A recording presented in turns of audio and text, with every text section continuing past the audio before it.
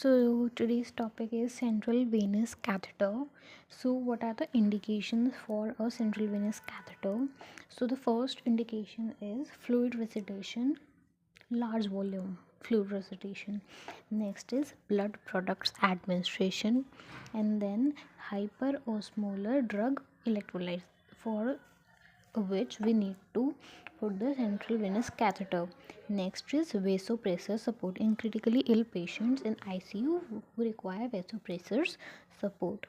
Then comes total parental nutrition. Total parental nutrition is also used in basically in ICU in critically ill patients who can't get nutrition on their own. If you want, I'll also make a separate video on TPN.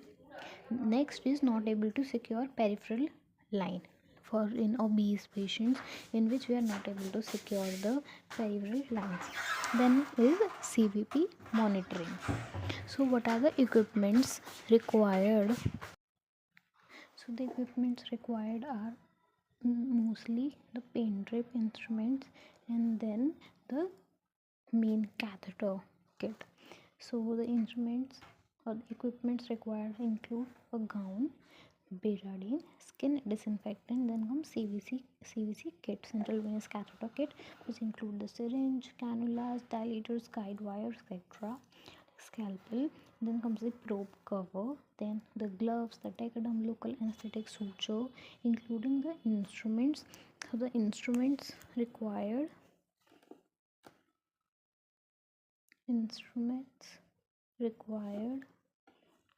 are needle holder, scissors, sponge holder if you want to also clean up the patient, sponge holder, bowl.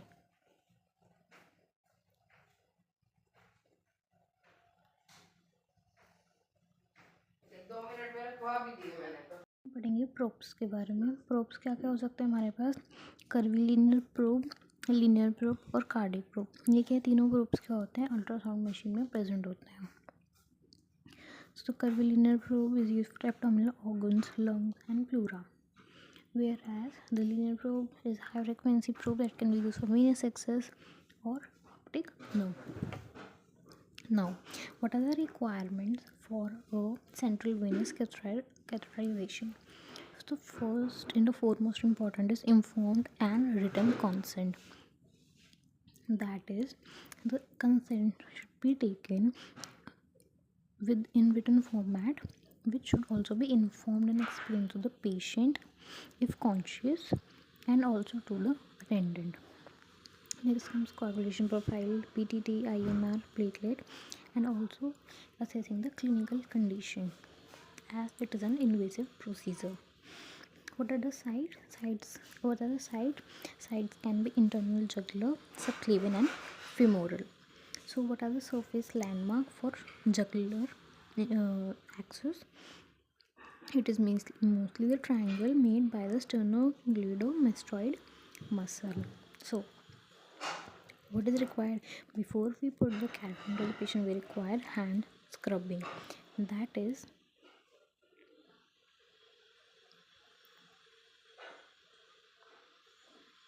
hand scrubbing is required, which is palm.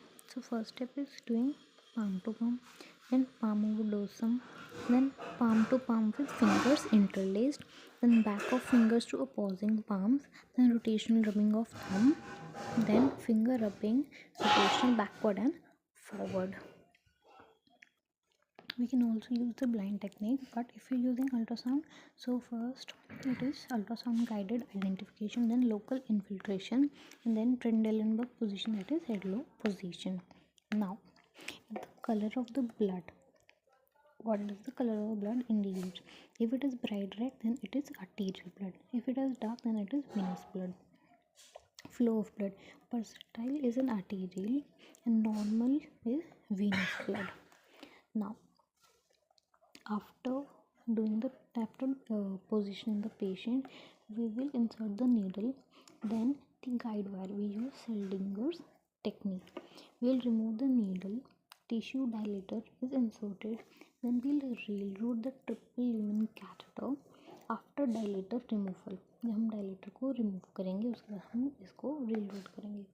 Guide wire out by distal bound port. Okay, now it is 13 to 14 centimeter in adults catheter. Then we'll take out the guide wire, then we'll check the port, we'll suture and dress the area, the catheter, and also confirm with the chest x-ray. What are the complications? Complications can be arterial puncture, pneumothorax, air embolism, bleeding, infection. Now, what are the contraindications? So, contraindication can be distorted anatomy, coagulopathy, thrombus in vein, local skin infection, and vein damage of the distal or proximal.